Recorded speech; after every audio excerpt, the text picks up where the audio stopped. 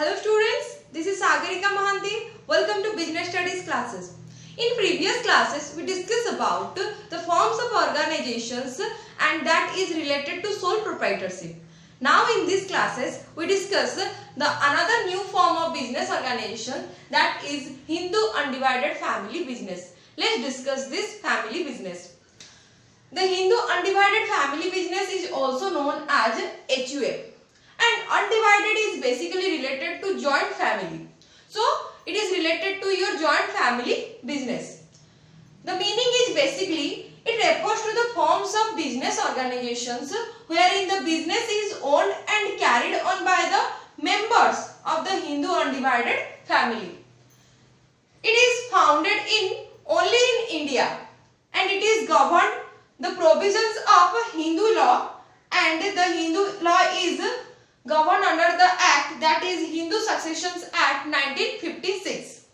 The basic of membership in the business is birth in particular family and 3 successive generations can be members in the business. The 3 successive generations may be from the generation from great grandfather,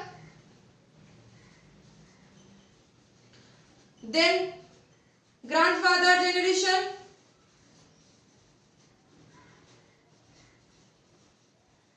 then father generations. So these are basically your joint family business. The business is managed and controlled by the eldest male member of the family and he is known as Karta of the business or the manager of the business. The decisions of the Karta are binding on all the members. That means whatever the decisions taken by the Karta, that is applicable to all the members and they can obey their decisions.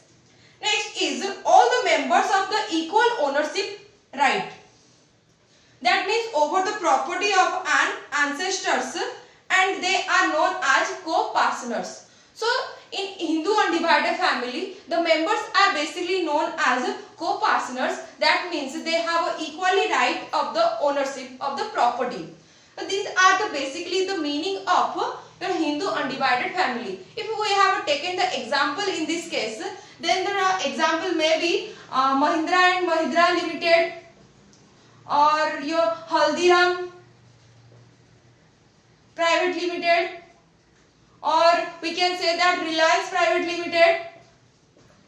These are the basically example related to your Hindu undivided family. Now we discuss the systems related to Hindu undivided family. The system is basically divided into 2 parts. One is Dayavak system and another is Mitaksara system. In Dayavak system, this is prevail only in West Bengal. That means only West Bengal is adopted this type of system. This system is basically related that both the male and female members of the family are allowed to be co-partners. That means both male and female members can take part the family business. In Mitaksara system, what happened? It is applicable all over the India except West Bengal, because in West Bengal there is the Dayavak system is applicable. This system is based only male members are allowed to be co-partner in the business. Now we discuss some features related to Hindu undivided family business. Let's discuss. First we discuss formation. Formation related to start a Hindu undivided family business. For this purpose, at least 2 members is required to start a Hindu undivided family business. The ancestral property must be inherited by them. That means the ancestral property must be belongs to them. That means the ancestral property belongs to all the members of the business. And ancestral property is related to the property belongs from the ancestral generation. That means the generation from great grandfathers to generation from grandfather, then father generation, and then continue. There is no agreement is required to start this business, but because the membership arises by the virtue of the birth. This is governed by the Hindu Succession Act 1956. Next is liability. The liability of the Hindu undivided family can be divided into two parts. One is Karta's liability and another is all the members of except Kartas of the Hindu undivided family. So here the Karta's liability is unlimited and all the members except Karta is limited liability. That means if this is the debt of the business and the debt is not recovered due to insufficient of assets, then this member can be responsible only to its ancestral property.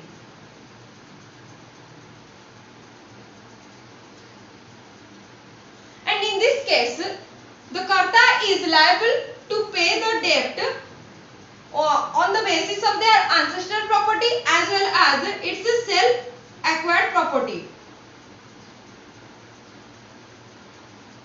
There is a difference between the self-acquired property and ancestral property.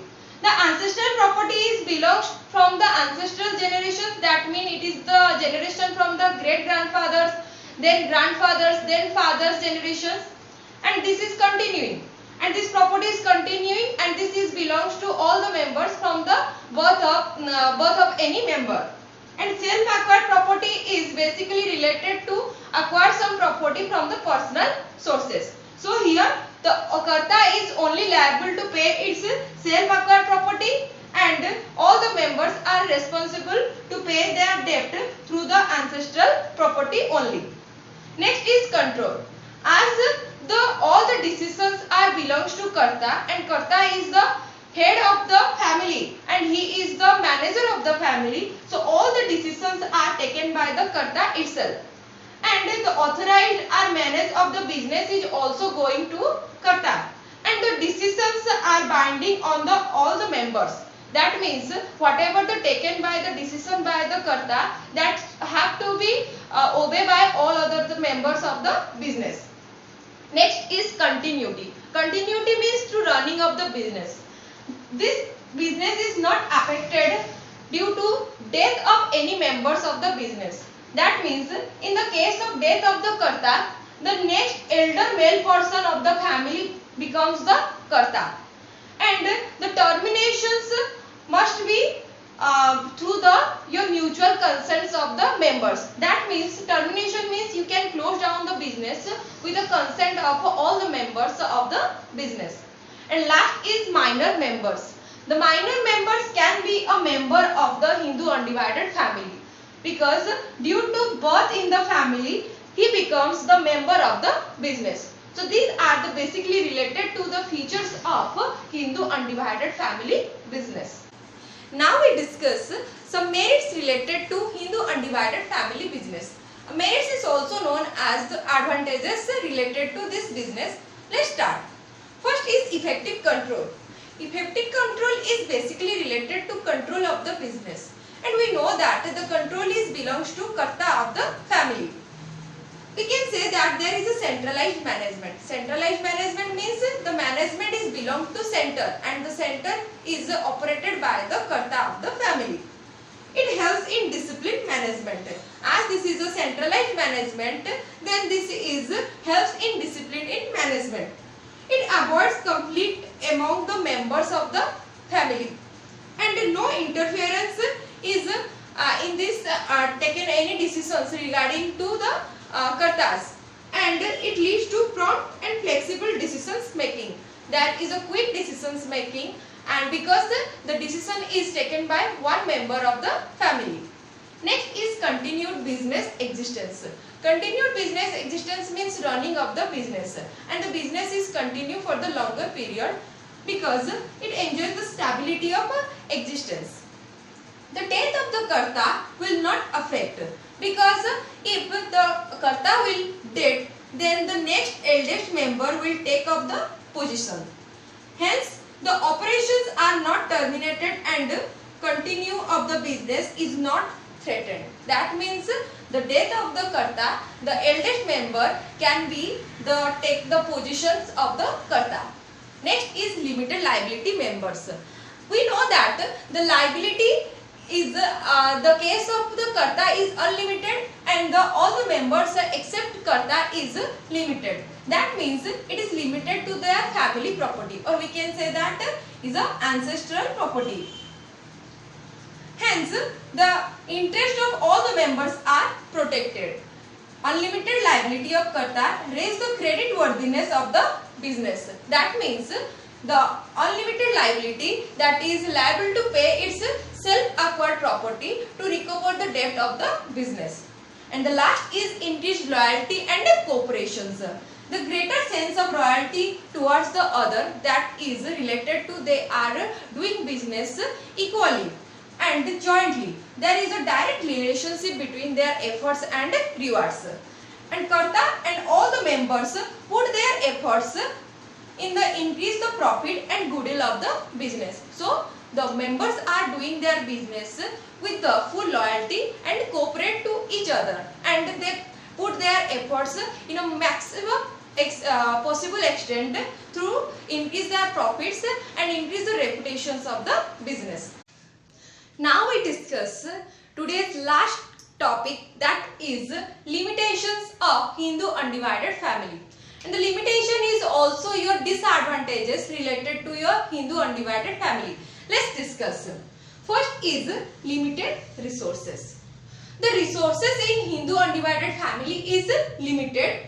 That is a limited capital because all the members are depends upon their ancestral property. And this is limited to the scope of expansion of the business. They faces some financial shortage and financial problems, and because due to they are depends upon the ancestral property and they do not add any additional fund for the business. Next is unlimited liability of Karta.